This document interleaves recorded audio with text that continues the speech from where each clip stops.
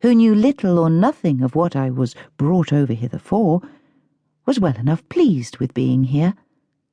London, a large and gay city, took with me mighty well, who, from my being a child, loved a crowd and to see a great many fine folks. I retained nothing of France but the language. My father and mother, being people of better fashion than ordinarily the people called refugees at that time were, and having fled early, while it was easy to secure their effects, had, before their coming over, remitted considerable sums of money, or, as I remember, a considerable value in French brandy, paper, and other goods, and these, selling very much to advantage here, my father was in very good circumstances at his coming over,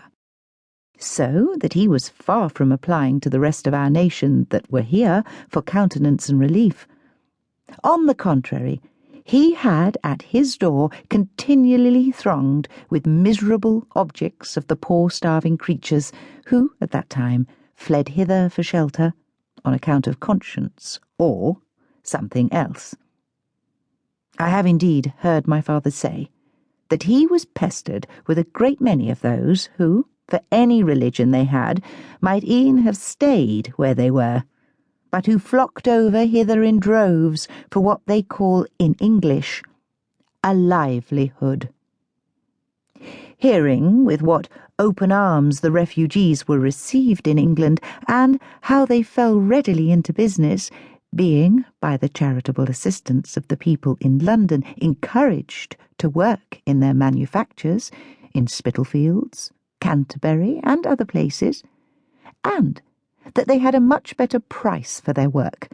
than in France and the like. My father, I say, told me that he was more pestered with the clamours of these people than of those who were truly refugees and fled in distress, merely for conscience. I was about 10 years old when I was brought over hither, where, as I have said, my father lived in very good circumstances, and died in about 11 years more, in which time, as I had accomplished myself for the sociable part of the world, so I had acquainted myself with some of our English neighbours, as is the custom in London, and as, while I was young, I had picked up 3 or 4 playfellows and companions suitable to my years, so as we grew bigger, we learnt to call one another intimates and friends, and this forwarded very much the finishing me for conversation and the world.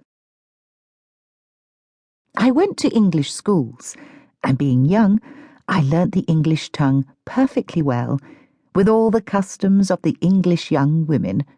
so that I retained nothing of the French but the speech. Nor did I so much as keep any remains of the French language tagged to my way of speaking, as most foreigners do,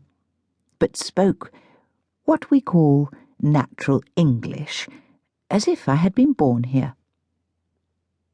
Being to give my own character, I must be excused to give it as impartially as possible, and as if I was speaking of another body, and the sequel will lead you to judge whether I flatter myself or no. I was, speaking of myself as about 14 years of age,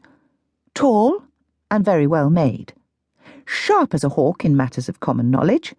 quick and smart in discourse, apt to be satirical, full of repartee, and a little too forward in conversation, or, as we call it in English, bold, though perfectly modest in my behaviour. Being French-born, I danced, as some say, naturally, loved it extremely, and sung well also, and so well that, as you will hear, it was afterwards some advantage to me. With all these things, I wanted neither wit, beauty, or money.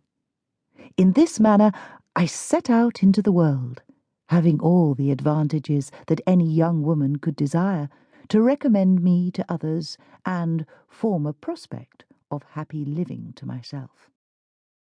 At about 15 years of age, my father gave